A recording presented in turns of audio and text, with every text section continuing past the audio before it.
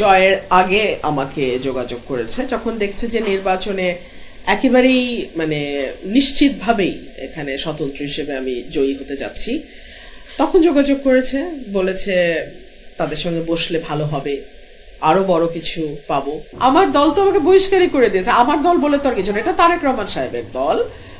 উনি তো আমাকে বহিষ্কার করে দিয়েছেন, তার আমার দল না। আমার রাজনীতি আমার দলের রাজনীতি দলের। যেই ভোটের ফেয়ার ভোটের জন্য তাদের এত লড়াই সংগ্রাম 17 বছরের, গতকালকের ইলেকশনেও তো তা বিভিন্ন জায়গায় তাদের আচার আচরণ খুব ভালো ছিল না।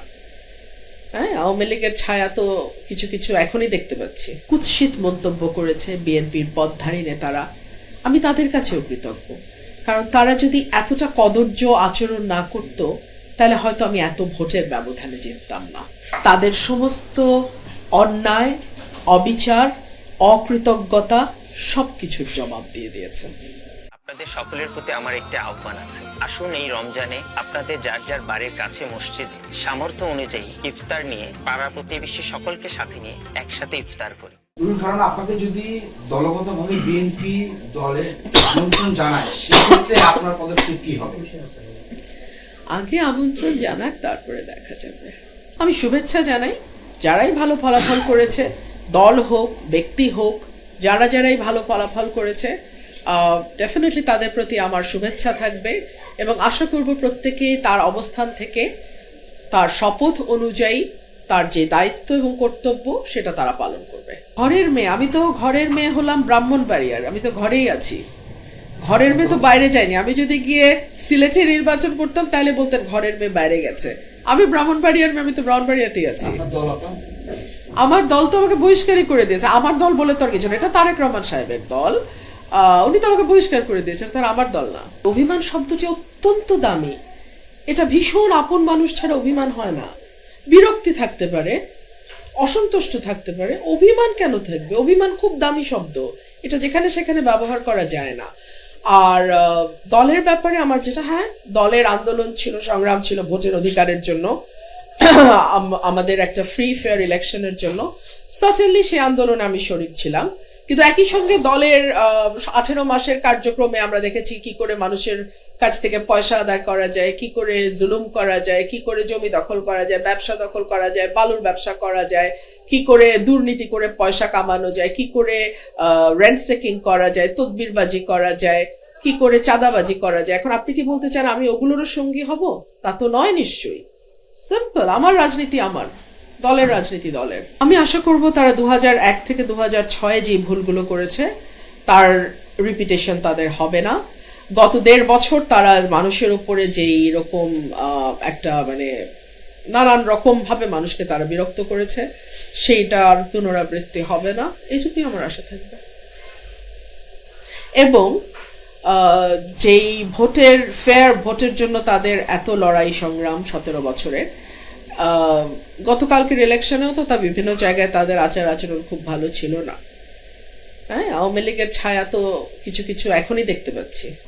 তো আশা করবো এগুলো কম হবে, থাকবে না। আমি আমার এলাকার সাধারণ মানুষের কাছে ভীষণভাবে ঋণী, আমি দায়বদ্ধ এবং আমার সমস্ত পরিকল্পনা এখন সরাইল আশুগঞ্জকে ঘিরে হবে।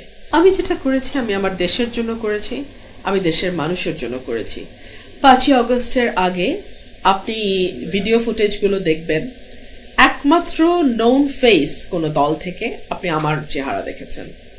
আমি 1 তারিখ, 2 তারিখ, 3 তারিখ, 4 তারিখ, 5 তারিখ 24 সাল অগস্ট মাস আমি মাঠে ছিলাম। এখনো ভিডিওগুলো আছে, সবার কাছে আছে।